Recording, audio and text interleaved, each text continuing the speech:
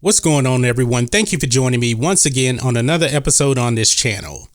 In today's episode, we're about 2-3 months away from Star Wars: The Rise of Skywalker, and it is coming off the most divisive film in the franchise's over 40-year history.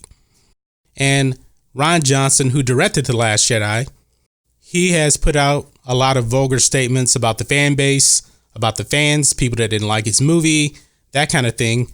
And that movie really did divide the fan base of Star Wars a lot. And it got to the point to where people wouldn't even go out and support Solo: A Star Wars Story.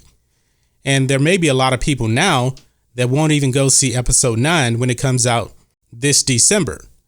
But however, J.J. Abrams, who directed The Force Awakens, has come back and he is going to make and release The Rise of Skywalker this Christmas. And he was asked a question about the fan base. And this is what he had to say about fans. And I'm going to quote him here. He says, "You just have to be grateful for them because you don't want to be working on something no one cares about. And you have to understand that they've got their opinions, and of course, you have to value them. You're never going to please everyone. You have to know that going in and just do the best you can. I'm nothing but thankful as someone who considers myself a fan. I can't wait for them to see the film." Now, what J.J. Abrams said here, I agree with him. I really do. And I appreciate that he understands that he's not going to be able to please everyone. As for Rian Johnson, he basically told you if you didn't like this film, you were some racist, sexist, misogynist. Not the response that you want to tell the fans of your product, or the fans of Star Wars, I should say, because I don't think there's very many fans of The Last Jedi. But J.J. Abrams, he does know he has a monumental task to pick up the pieces of The Last Jedi. And he's going to have to make a movie that, in all honesty, doesn't seem like it's going to connect to The Last Jedi whatsoever. I mean, Rose Tico was a bit part of The Last Jedi. We haven't seen Rose Tico in any footage, any posters. I think there's one little photo of Kelly Marie Tran as Rose Tico that they released. That's about it. So a lot of people are speculating that she won't even have much screen time in this movie whatsoever. And that's what I think too.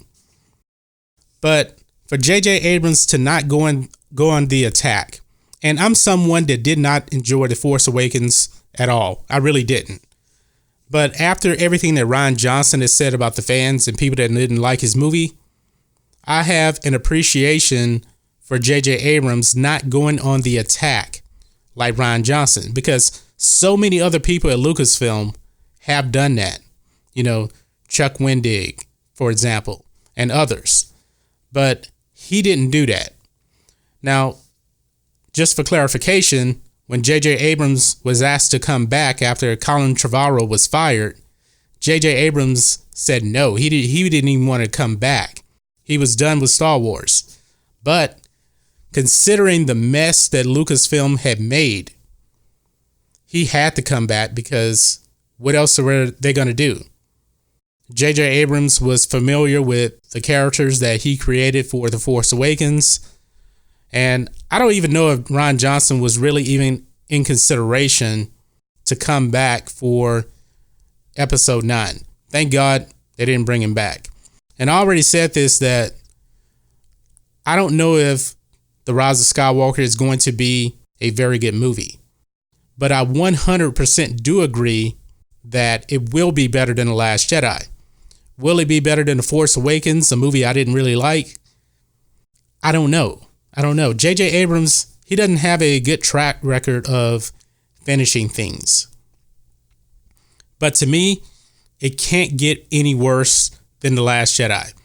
Now, I may be eating my words here in December if the movie is absolutely terrible, but honestly, I can't say, and I don't think, that this movie will be worse than what Rian Johnson gave us. But J.J. Abrams, he says that he's a fan. Now, my criticism mainly on The Force Awakens was it pretty much destroyed the Jedi lore of a Jedi learner, a Padawan, needing a master to show them stuff. And I think in The Rise of Skywalker, J.J. Abrams is going to try to explain why Rey doesn't need anyone. And I'm just not buying that.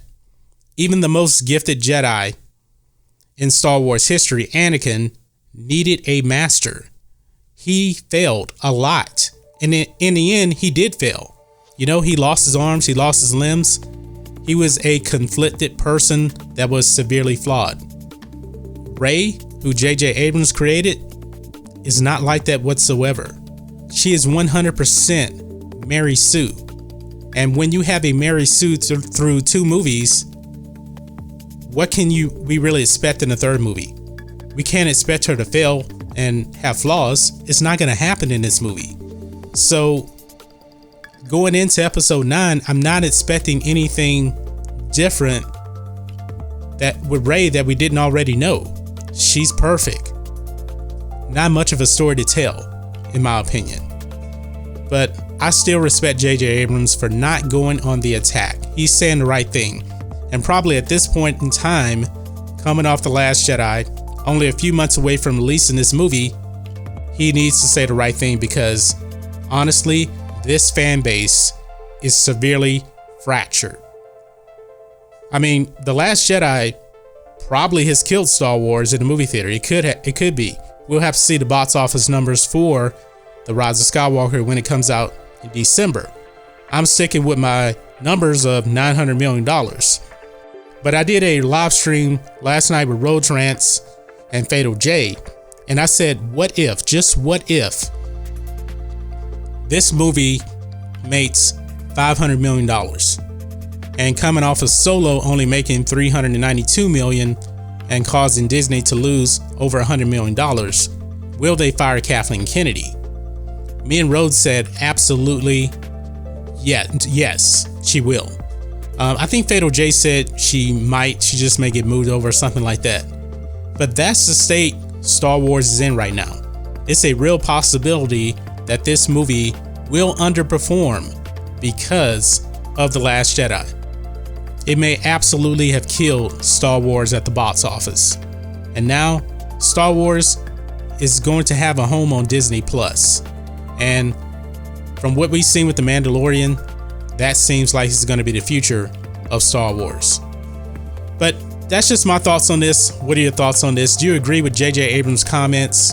You know, he respects everybody, but he knows that he can't please everyone. And I know that he probably won't. I mean, it's going to be a hard sell for me on this movie based off the last 2 movies. But guys, let me know what you think about all this in the comments. If you're new here to the channel, please hit subscribe to catch future videos from me, and we will catch you on the next video. John Matrixx, out.